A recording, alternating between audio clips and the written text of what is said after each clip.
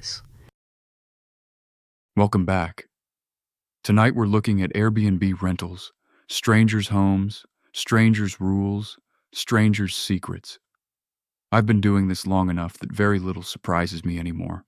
These 3 accounts still managed it. Settle in. That next story stays with me too, and it's one where the threat wasn't inside a mirror. It was something that found a way inside the building itself. The second account comes from someone who was perfectly comfortable in their rental. Until they weren't. The hall was short. The door at the end of it should not have been there. This is their account. The bedroom door was already ajar when I woke at 1:47 a.m., and there was a man standing at the end of the hallway. By the time I sat up fully, he was gone. Or the darkness had rearranged itself in a way that made me believe he was gone. And I lay back down and constructed the explanation any reasonable person would construct. Unfamiliar room. Thin amber light from the street pressing through the blinds in strips, a brain doing what brains do in low light when they're looking for pattern and find only shadow. The apartment was a 3rd-floor unit in a converted building in Portland, booked last minute for a work conference. One of those long weekends that fills up a hotel district and pushes you toward whatever rental still had availability. The building had that particular smell of places renovated just enough to hide their age. Fresh paint sitting over something mustier and older underneath, the scent of concealment dressed up as cleanliness. I had let myself in with a keypad code the host sent by message, dragged my suitcase to the bedroom, noted the usual assortment of inoffensive furnishings, gray couch, coastal print, neutral everything, and gone to bed around 11 without giving the place much further thought. At 3:22 a.m. I woke because the floorboard directly outside the bedroom door made a sound.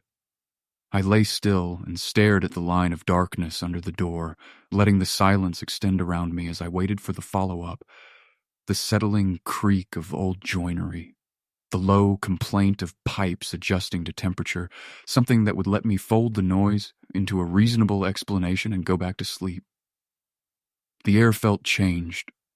Somehow heavier, the way a room feels when a window has been opened and pulled shut again in the past half hour. No shadow crossed the gap beneath the door. Nothing followed, but the silence that gathered in that absence had a quality I struggled to name, a taut and occupied quality that ordinary silence does not carry, and I could not reason it away no matter how long I lay there trying. My phone had no signal. I tried calling the host and got nothing. I had not checked the front door before bed. I got up, opened the bedroom door slowly with my hand damp on the handle, and walked the length of the hallway to the entrance. Closed. When I tested it, unlocked. I stood in the dark with the laminate cold under my feet, and what I felt was not anxiety, not the vague unease of an unfamiliar place, but a specific and quiet certainty that I was checking the door after the fact, that whatever moment I should have known about had already passed.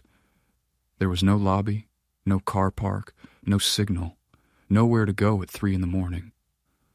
I locked the door and returned to bed and slept badly through what remained of the night. By morning I had signal. I found the hallway bathroom door open. I had left it closed. Inside, the shower curtain had been pushed to one end of the rod. I had not touched the shower curtain. I stood in the doorway for a long time. The rings were bunched at the far end. The tub was dry. I called the host and got voicemail. I packed my bag and carried it downstairs, and as I was loading the car, a building resident came out and told me, without any prompting, that the unit I'd rented had a second keypad code, a maintenance code, rotated monthly by the property management company, with access distributed among several contractors. She offered this the way people offer information they have never once considered the weight of. Then she looked at my bag. She hoped my stay had been comfortable. I asked whether anyone had used the code recently. She didn't know. She had noticed a light on in the apartment 2 nights before my booking and assumed it was the host doing a walkthrough. I was the first guest in 3 weeks. I think about that light. I think about the curtain, the creak, the shape. Someone had that code. The host never called back. I don't think I was alone. The keycard on the kitchen counter wasn't mine, but the door was already locked from the inside when I arrived. I stood there for a moment, bag still on my shoulder, looking at it. A plain white card, same style as the one I'd been given at check-in, sitting flat on the counter next to the kettle. No note. No explanation from the host. I checked the listing again.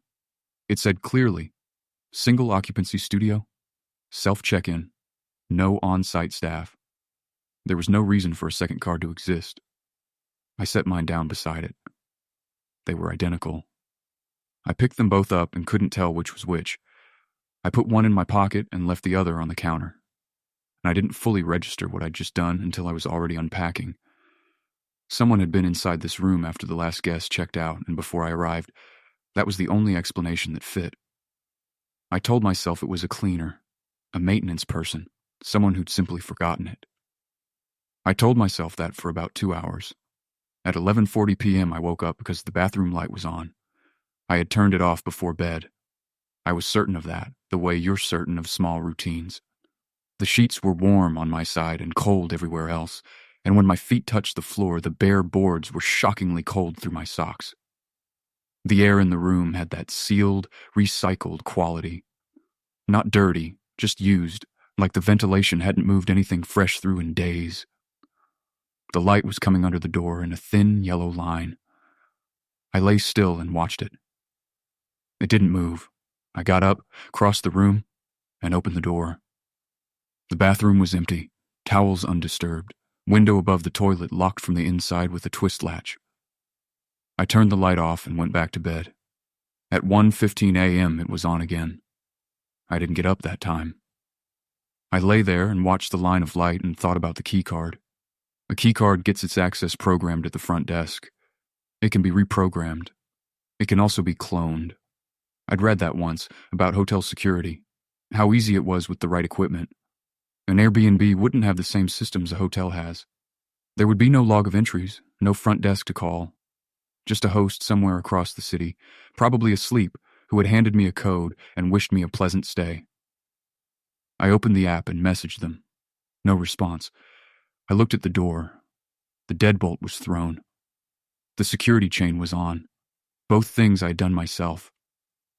I started thinking about what a cloned card would even be useful for in a room with a chain on the door. Then I realized I was thinking about it wrong. The chain kept people out, not in. The chain wouldn't stop someone who was already inside. It would only stop me from leaving quickly if I needed to. I got up and took the chain off. The HVAC clicked off somewhere in the wall, and the silence that followed was immediate and total.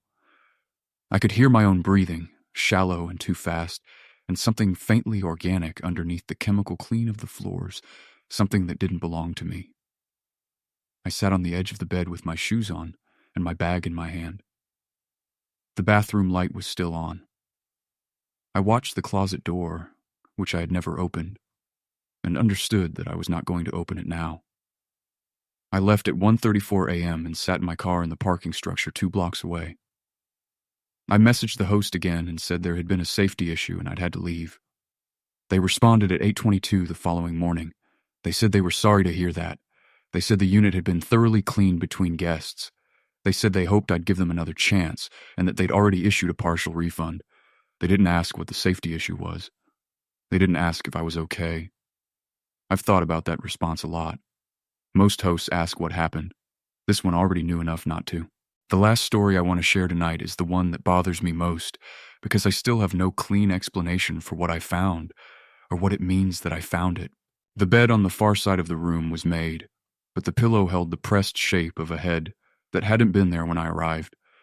I know this because I had sat on that bed at 6:14 in the evening, setting my phone to charge against the baseboard, and the pillow was completely flat. It was now 11:40 at night, and I had not left the room. The Airbnb was a converted boathouse on a lake in rural Vermont. 2 nights, solo trip, good reviews. The listing said the property slept 4. I had assumed that meant capacity. I was beginning to think it meant something else. I stood very still near the door and looked at the indent. It was deep enough to have been made by a person lying down for some time. The pillow was not cold when I pressed 2 fingers to it. Somewhere beneath the floorboards, something shifted with the slow, deliberate weight of something repositioning itself rather than settling. I opened the Airbnb app and read the listing again. The host's name was a string of letters I couldn't pronounce. The profile had 11 reviews. I clicked through all of them. 10 guests praised the view, the kayaks, the quiet. The 11th review, left 8 months ago, was a single sentence. I kept hearing the door to the crawl space open and close, and in the morning, my bags had been moved. I put the phone down and looked at the room properly for the first time since I'd checked in. The east wall, the baseboard, the dark corners I had mentally filed away as unimportant. There it was. A low rectangle cut into the wood, maybe 18 inches tall, barely worth noticing unless you were already afraid. I had not noticed it at 6:14. It was now open. 2 inches, maybe 3. I had not opened it. I picked up my phone. The battery had recovered to about 30%, but I had 1 bar at best out here on the water, and the 2 texts I'd sent friends earlier had never shown as delivered. I typed a message to the host asking whether any maintenance staff had access to the property. It eventually delivered. His status showed active. No reply came. I moved toward the main door to the outside and tested the handle. It opened. That was something. I stepped onto the narrow dock and stood in the cold air listening. The lake was flat. The nearest light was across the water, very far away. My car was parked on the gravel strip beside the boathouse, about 30 feet away. When I turned back toward the door, the light inside the room had changed. The lamp was off. I had left it on. I didn't run. I walked. I didn't look back. I drove 4 miles to a gas station and sat under the forecourt lights with the engine still running. I tried calling from the parking lot. The line connected once and dropped, connected again and dropped again. I pulled up the listing and looked at the interior photo, and I zoomed into the far corner near the crawl space door without fully deciding to. The way your eyes move towards something before your mind gives permission. There was a shape there that the listing photo rendered as shadow. It had the proportion of a person seated with their knees drawn up. The photo had been taken by the host as part of the original listing. It had been live on the platform for 14 months. I submitted a report through the app, flagging the property as unsafe, the only outreach that actually went through that night. The confirmation screen told me a case number had been opened and that I would receive a follow-up within 72 hours. The listing is still active. As of the time I'm telling you this, it has received 2 more reviews since mine. Both guests mention the view. Neither mentions the crawl space. I don't know whether that means they didn't notice it, or whether they were never given the chance to write about it at all. 3 rentals. 3 reasons I don't book anything with fewer than 50 reviews. If you have your own account, something that happened in a place that wasn't quite yours, you know where to find me. Stay safe out there. I'll see you next time.